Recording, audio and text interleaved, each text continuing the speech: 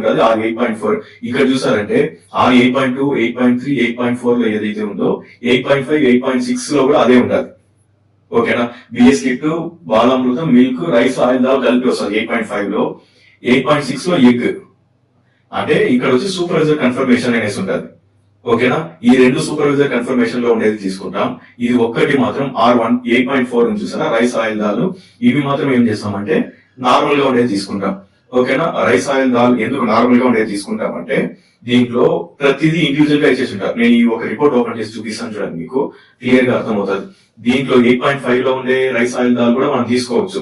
But దీనికి దానికి ఉండే డిఫరెన్స్ నేను చూపిస్తాను చూడండి. ఫర్ ఎగ్జాంపుల్ R 8.4 అనేసి ఒక ఆప్షన్ ఉంది, రైస్, దాల్, ఆయిల్ ది. దాన్ని క్లిక్ చేస్తాను నేను. ఇప్పుడు క్లిక్ చేసినామంటే ఇలా మనకు ఆప్షన్స్ వస్తుంది. దీంట్లో 2025 జస్ట్ మీరు ఒకసారి వెబ్సైట్ ఓపెన్ చేసి చూసారంటేనే మీకు ఐడియా వచ్చేస్తుంది. మేమంతా ఒక డేటా మనం తీసుకున్నాం. ఫార్మేట్ వచ్చి ప్రాజెక్ట్ వైస్ మనకి రిపోర్ట్ కావాలా.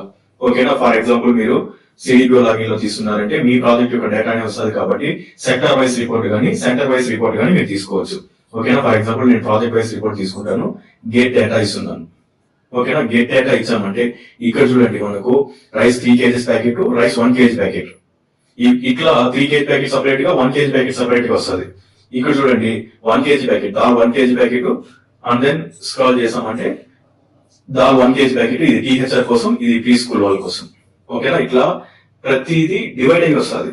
అదే మీరు సేమ్ అదే రిపోర్ట్స్ కి వెళ్ళి స్టాక్ రిసీప్ట్స్ లో ఇక్కడ మీకు ఆ 8.5 లో, ఓకేనా, ఇది కూడా ఒకసారి ఓపెన్ చేసి చూపిస్తాను చూడండి.